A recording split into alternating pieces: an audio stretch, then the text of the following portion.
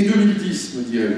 Bien, je souhaite, j'espère, je crois que 2010 sera meilleur, même si, André l'a souligné, il ne faut pas s'attendre à une décrue rapide du chômage. Au contraire, il devrait continuer à augmenter encore pendant quelques mois. Mais je crois qu'il faut que nous comprenions que rien ne sera plus comme avant. Il n'y aura pas, une fois la crise terminée, on ne va pas revenir à avant la crise. Non, le monde aura changé. Il aura changé à deux points de vue. D'abord, la crise a accéléré la redistribution des cartes dans le monde. Lorsque vous regardez la télévision, lorsque vous écoutez la radio, lorsque vous voyez les rencontres de chefs d'État, vous vous rendez compte qu'on parle de plus en plus de l'Inde, de la Chine, du Brésil, de ces pays qu'on dit émergents. Ils jouent maintenant un rôle crucial dans les affaires du monde. Et puis, deuxième changement sur lequel on ne reviendra pas, c'est la prise de conscience de l'urgence de lutter contre le changement climatique. Tous les chefs d'État du monde, tous les gouvernements sont maintenant d'accord pour en faire une priorité, et cela s'est notamment vu au sommet de Copenhague. Alors, dans ce monde qui change, eh bien, je souhaite que la France continue à se réformer pour s'adapter à ces changements.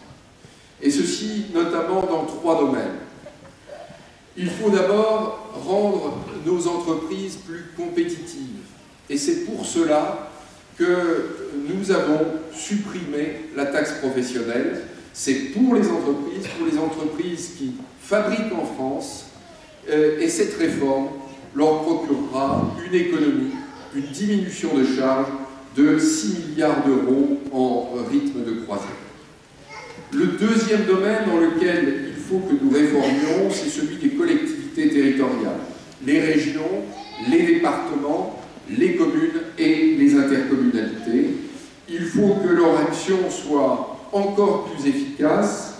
Il faut surtout que ce qu'elles font soit mieux compris, plus visible pour les citoyens qui ont parfois du mal à s'y retrouver entre toutes ces collectivités qui interviennent dans tous les domaines.